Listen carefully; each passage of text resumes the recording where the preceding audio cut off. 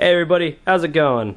Setting up a new fish tank here. I'm getting back into the hobby. I kept a couple other old tanks back, some time ago, a couple of years ago, and I'm starting to restart it up. And one of the biggest things I never did was dirted tanks. But I got a couple of my friends here who keep dirted tanks, and they have a couple of them, and they're all about this stuff, and it's telling me it's a lot better. So what I want to go over you is the stuff you need for the tank and how to set it up. All right, I'm gonna hand it off to my buddy John. He's gonna tell you what's going on. What's going on, everybody? My name's John. That's Matt over there. How are you guys? Matt, 55 gallon, 30 gallon, heavily planted, dirty setup. Yeah, we've both done planted tanks before, and it's great. It's a lot cheaper, and personally, I think it helps your plants grow a lot better. So we're going to take you through the steps and show you everything you need.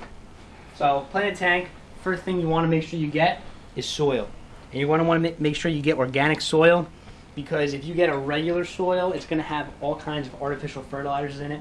It's going to leach into the water column and poison your fish. So definitely make sure you pick up organic soil. It's pretty cheap. It should be $7 or $8 at your local store. Yeah, I'm going to chime in here for a second. I picked this up at Home Depot.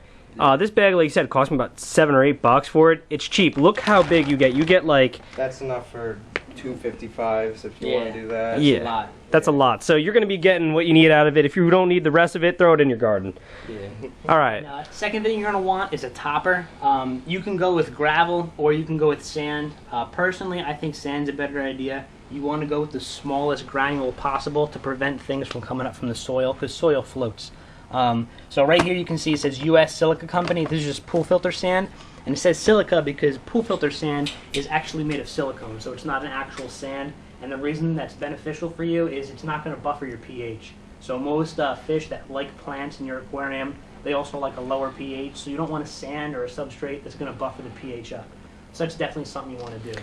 And here's my thoughts on this again. I'll tell you, I picked this up, this bag, in case you want to look for a brand. This is the exact one I got. But I picked this up at my fish store, not my fish store, my pool store. And honestly, the bag's cheap too. It went for like $6 for this entire bag, and it's about 50 pounds worth. You could use that for a lot of tanks. You can use that for capping off a 55 and a 30. You'll have enough room for all that.